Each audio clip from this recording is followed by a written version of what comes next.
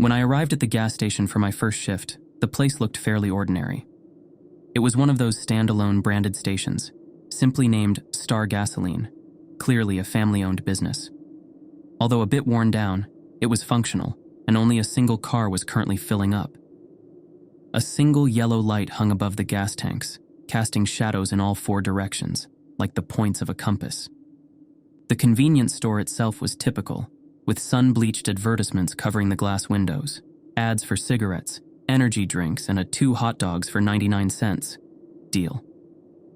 As I pushed open the convenience store door, a bell jingled, and the smell of slightly stale hot dogs, probably sitting under a heat lamp all day, greeted me. I noticed the counter was unattended, but a woman who appeared to be in her 50s waved at me from the back as she swept the floor. The store was slightly larger than a typical gas station convenience store. Its interior was what you'd expect, except for one oddity.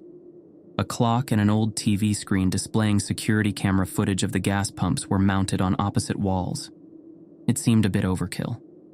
Moreover, the security cameras weren't positioned well, mostly capturing the ground between the gas pumps and the store, rather than focusing directly on the pumps. "Hello, you must be Alex." A voice pulled me from my thoughts. I looked ahead. "My husband did your interview, right? We've been searching for someone to cover this night shift for months, and I must admit, I'm too old to stay up that late anymore. But you're young, so you'll be fine." She wiped her hands on her pants before extending one to shake mine. "I'm Anne. Nice to meet you. Go ahead and put your things behind the counter, and I'll give you a quick tour. I know you've worked at a gas station before, so I'll spare you the details. We just need someone who can follow instructions." Despite her small stature, she moved quickly, eager to get me started so she could finally go home and enjoy a regular sleep schedule. "Cleaning supplies are in this closet, mops and brooms on the left, bathrooms on the right, just a single toilet room." I glanced inside. The bathroom was exactly what I'd expect from a gas station, scratched up walls from people carving their initials, and tiles stained brown from years of use. But at least it smelled clean, like bleach, and there was hand soap, which isn't always a given in gas station bathrooms. "I'll give you a list of cleaning tasks and when to do them, since you'll be closing up." Finally, she led me back to the front, showed me how to work the cash register and debit card machine, and we were just about done. She reached into her pockets and pulled out a pair of keys. "These are for locking up, one for the front, one for the back door. Near your chair at the register, there's a yellow list of the cleaning tasks. The most important one is on the red sheet." She pointed to a bright red piece of paper sitting next to the register. "Read that, memorize it, and you won't have any issues." "Thanks, I'll go over it." "Did you bring a good watch, like I mentioned?" "Yes, I did. Although with so many clocks in here, it seems like I won't really need it." "Oh no, you'll definitely need it. Trust me. You've got about, 15 minutes before your shift starts. Go ahead, sit down, and start on some of those tasks. Keep the watch with you for a few days. You'll know the routine by heart soon enough. I don't need it anymore. I learned quickly." She grabbed her bags from behind the counter and left. With no more customers, the store was quiet. It was almost 10 p.m., and by now even the roads outside were deserted in this small town. I glanced outside again at the lone gas station light, which flickered occasionally in the distance. The light cast long, stretching shadows of the gas pumps, all pointing toward the convenience store, as if they were slowly crawling towards the building. I picked up the 2 instruction sheets. Both were laminated, printed on sturdy cardstock, and a little grimy from frequent use, likely because many employees had to refer to them often. The yellow sheet was unremarkable, filled with mundane tasks like mopping and taking out the trash at the end of the night. The red sheet, however, was different. It was covered in blocks of text. "Welcome to Star Gas Station. This is your night shift employee manual. Please adhere to all instructions with the utmost care. Punctuality and maintaining the high standard of service our customers expect, even during late hours, are crucial. Our goal is to maintain peace and harmony with our neighbors, both day and night. 1. A tidy store with engaged employees is a happy and occupied store. 2.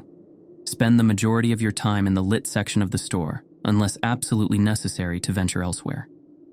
Half of the store's lights are always turned off. 3. Before 10 p.m., switch off half of the store lights. It doesn't matter which half remains lit, but once chosen, it must stay that way for the rest of the night. Turning off all the lights will make the store appear closed, and you'll need the dark section of the store later on. 4. If you need to use the bathroom, leave the door slightly ajar so you can monitor the security footage on the TV screens. 5. Throughout the night, you may notice puddles of water and layers of dust accumulating on the floor and surfaces.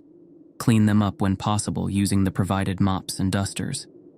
Puddles and dust make the store look neglected and will draw unwanted attention. Remember, a clean store is a happy, occupied store. Occasionally patrol the store to check for any water or dust you might have missed, and don't forget to check the employee break room. 6. Around midnight, prepare a mop bucket with water and soap. At exactly 12:05 a.m., head to the refrigerated drinks aisle at the back of the store and begin mopping continuously until 12:05 a.m. Under no circumstances should you leave this aisle or stop mopping before the specified time. You may feel as though something is watching you or have an overwhelming urge to flee and hide. Do not give in to this feeling.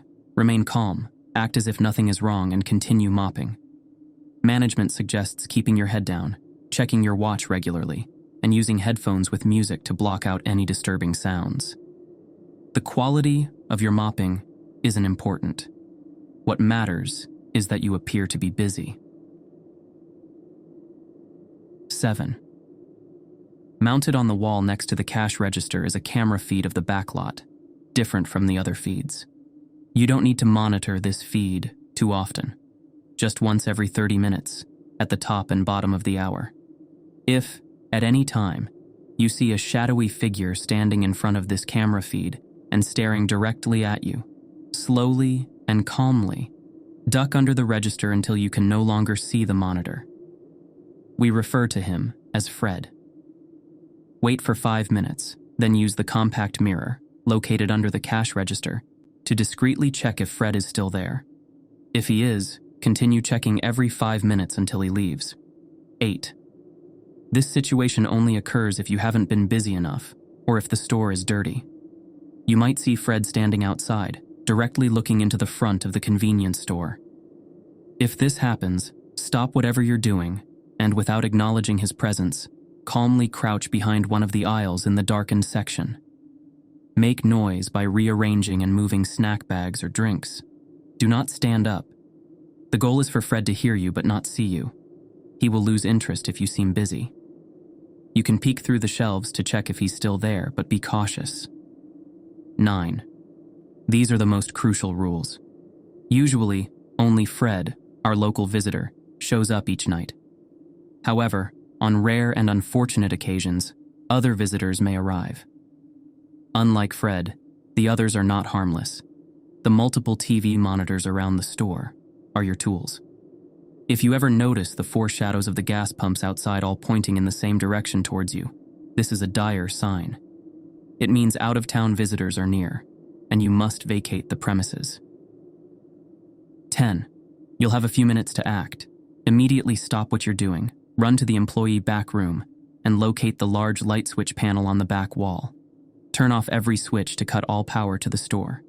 This will make the store appear closed, which may cause the visitors to move on to another location. Fred, being a local, will be displeased, but this action helps deter the more dangerous out-of-town visitors. Then, enter the store manager's room to the right, lock the door and secure the deadbolt. Silence your phone and send Anne a text. Do not attempt to leave. It's possible that multiple visitors, including Fred, will enter the store once it seems closed. But if you remain still and quiet, Fred should not find you. You can rest for the remainder of the night. Just ensure you don't snore. If everything goes smoothly, we will retrieve you in the morning, and you'll be compensated with triple your usual wages for the inconvenience. Ice shot through my veins as one line from the list burned in my mind. Panic set in, and I snapped my gaze to the nearest monitor. The shadows had stretched so far they were practically spilling into the store, but there were no shadowy figures inside. At least, not yet. My hands began to tremble. There was no way this list could be real. Yet, I distinctly remembered the shadows being in a compass-like formation when I first arrived. The sun had already set, and unless that lone light fixture could somehow shift positions, there was no logical explanation for the shadows suddenly aligning like that. My face drained of color as I glanced up at the clock. It had taken me longer than I realized to read through the instructions, but maybe I still had a minute left. Break room, back wall, panel, storage room, lock it, and deadbolt. Call Anne. Then stay silent. Without wasting another second, I bolted from behind the counter and sprinted to the back room. I quickly located the light panel and slammed my hands down on all the switches, plunging the store into darkness. My hand shook as I fumbled for my phone's flashlight, using the narrow beam to navigate while I felt my way to the storage room door. I pulled it open, heart racing, and stumbled inside. In the pitch black, I managed to lock and deadbolt the door with trembling fingers, then found a stack of boxes to crouch behind. My heart pounded so hard it hurt. I still wasn't sure if this was some sick joke, but I figured it couldn't hurt to call Anne and ask what was really going on. I dialed her number, and the sound of the ringing filled the small room. Ring, ring, ring. Please, pick up. Ring, ring. It felt like an eternity. Hello? Relief washed over me as I heard her voice. Without hesitating, I spilled out a panicked explanation of the shadows all pointing toward the store and demanded to know if I was in real danger. I asked if the red instruction sheet was actually something I should be worried about. I'm sorry I didn't warn you, honey. That last one almost never happens. It's only occurred a couple of times in the past 2 years. You just got really unlucky, but it sounds like you did almost everything right. I exhaled, my chest loosening slightly. Just stay inside and keep quiet. We'll get you in the morning, sweetie. Though still on edge, her reassurance calmed me enough to slump against the wall, ready to settle in for the night. But as I was about to put the phone down, a gnawing thought crept into my mind. Did she say I did almost everything right? Suddenly I felt something next to me. The voice was no longer coming from my cell phone, but from right beside my ear. You were supposed to text her.